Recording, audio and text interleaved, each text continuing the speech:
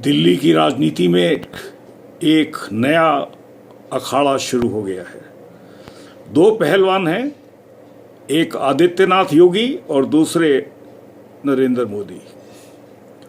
लोगों को मालूम नहीं है कि किस हालात में आदित्य योगी यूपी के चीफ मिनिस्टर बने।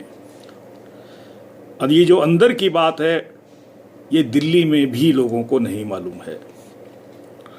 राजनाथ सिंह पहले आदमी थे जिन्होंने कहा था कि मैं किसी भी हालत में योगी आदित्य को मैं चीफ मिनिस्टर नहीं देखना चाहता। दूसरी तरफ जो दो डिप्टी चीफ मिनिस्टर बने हैं, उन लोगों ने कहा कि हम किसी भी हालत के अंदर आदित्य योगी को चीफ मिनिस्टर नहीं बनने देंगे। और नरेंद्र मोदी का दिमाग, चाहे वो दुनिया में कितना भी ज़्यादा नज़र आता हो, वो उनका दिमाग ठीक से चल नहीं पा रहा था। तो उन्होंने क्या किया, अपना प्लेन आदित्यनाथ के लिए, आदित्य योगी के लिए भेजा कि आप दिल्ली आइए, हम आपसे कुछ बात करना चाहते हैं। दिल्ली की 7 रेस कोर्स रोड से वो प्लेन सीधा लखनऊ पहुंचा। आदित्य योगी को उस प्लेन में बिठाया और उनको कहा, नरेंद्र मोदी आपसे मिलना चाहते हैं।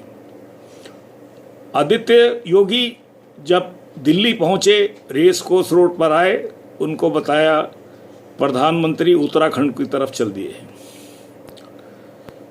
और योगी, जिसको लाने के लिए लखनऊ से प्लेन में प्राइम मिनिस्टर ने भेजा था, वो वापस लखनऊ ट्रेन में बैठ के गया। एक बात हम बता दें कि योगी किसी भी हालत में अपनी बेइज्जती बर्दाश्त नहीं करते। लखनऊ वापस पहुंचते ही उन्होंने नरेंद्र मोदी को फ़ोन किया और बोला, आप हमारे नाम का मुख्यमंत्री का घोषणा कर दीजिए, नहीं तो हम बीजेपी छोड़कर बाहर जा रहे हैं।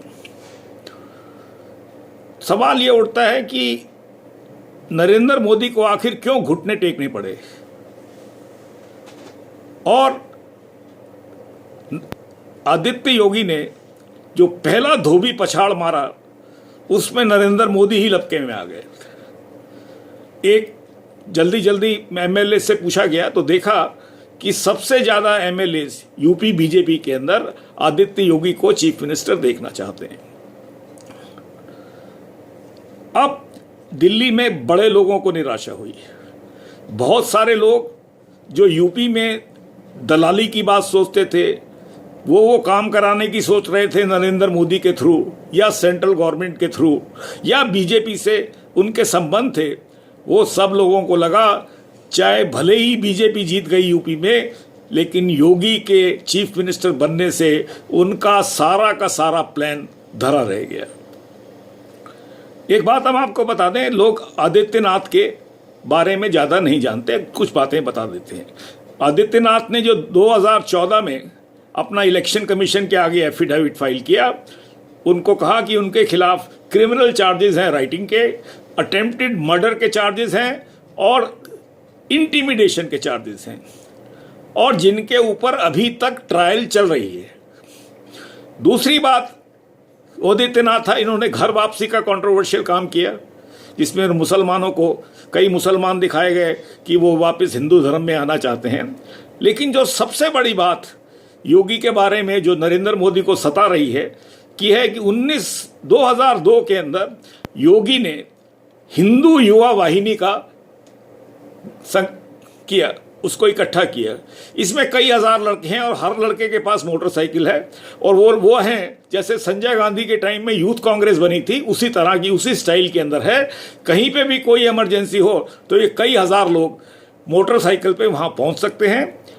और योगी इतना पॉपुलर हो चुका है आज की तारीख में, जैसे मैं आपसे बोल रहा हूं, खबरें आ रही हैं कि रोज 5000 लोग हिंदू वाहिनी को, हिंदू युवा वाहिनी को ज्वाइन करना चाहते हैं। अब इसके बाद प्रश्न ये उठता है कि इन दो पहलवानों के बीच में, योगी और नरेंद्र मोदी के बीच में, कौन सा पहलवान बाजी मारेगा। पहला जो इंडिकेशन आ रहा है कि नरेंद्र मोदी घबरा गए हैं।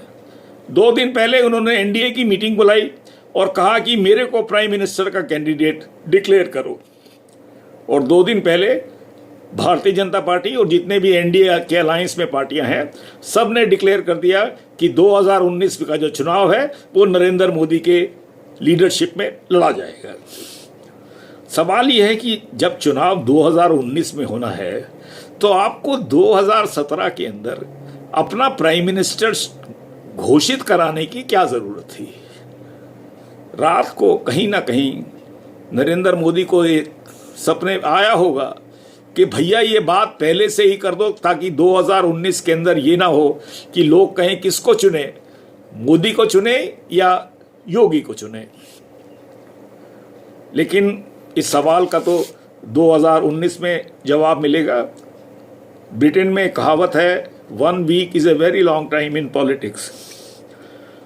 देखिए क्या होता है, लेकिन एक बात हम बिल्कुल स्पष्ट रूप से कह देते हैं कि 2019 का जो चुनाव होगा हिंदुस्तान में, यूपी के अंदर जितने भी कैंडिडेट्स बीजेपी चुनेगी उनमें से सबसे ज़्यादा उन्हीं कैंडिडेट्स का नाम होगा जो योगी बीजेपी को देता है।